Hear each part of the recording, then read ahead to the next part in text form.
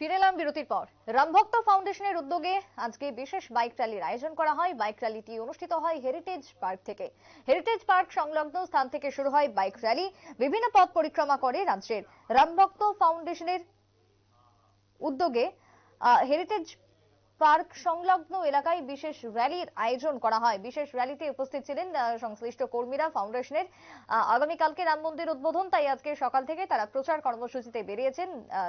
গেরুয়া ধ্বজা নিয়ে তারা বাইক র্যালির মধ্য দিয়ে প্রচার সারলেন রাজ্যের বুকে। বিভিন্ন পথ পরিক্রমা করে আজকের র্যালি। কি বক্তব্য উঠে আসছে সংশ্লিষ্ট ফাউন্ডেশনের পক্ষ থেকে, কি জানাচ্ছেন কর্মকর্তারা, শুনুন। আপনারা সবাই জানেন যে আগামীকাল সারা ভারতবর্ষে তথা সারা বিশ্বে সনাতনী হিন্দু ভাইদের জন্য একটি বিশাল উৎসব।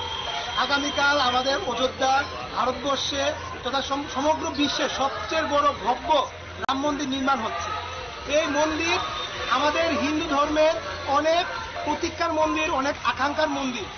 আজকে সেই মন্দিরের প্রতি ভালোবাসা এবং সৎ ভাবনাকে শুভেচ্ছা জানিয়ে আগরতলার সকল বাসীর মধ্যে ভগবান শ্রীরামের যে সৎ ভাবনা, শিষ্টাচার, নীতি আদর্শতা ছড়িয়ে দিতে আগরতলার যুবকদের নিয়ে আমরা আগরতলা রাম ভক্ত ফাউন্ডেশনের পক্ষ থেকে একটি বাইক যাত্রার আয়োজন করেছি।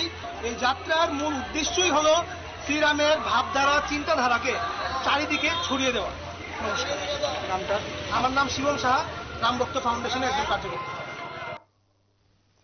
আপনারা সংশ্লিষ্ট ফাউন্ডেশনের কর্মকর্তার বক্তব্য শুনলেন, যেখানে রামের মন্দির উদ্বোধন, রামলালার প্রাণ প্রতিষ্ঠা আগামীকালকে, তারই জন্য বিশেষ আয়োজন। রামভক্ত ফাউন্ডেশনের পক্ষ থেকে প্রচার কর্মসূচির পালন, বাইক র্যালির মধ্য দিয়ে তারা সারলেন শহরের বুকে প্রচার অনুষ্ঠান।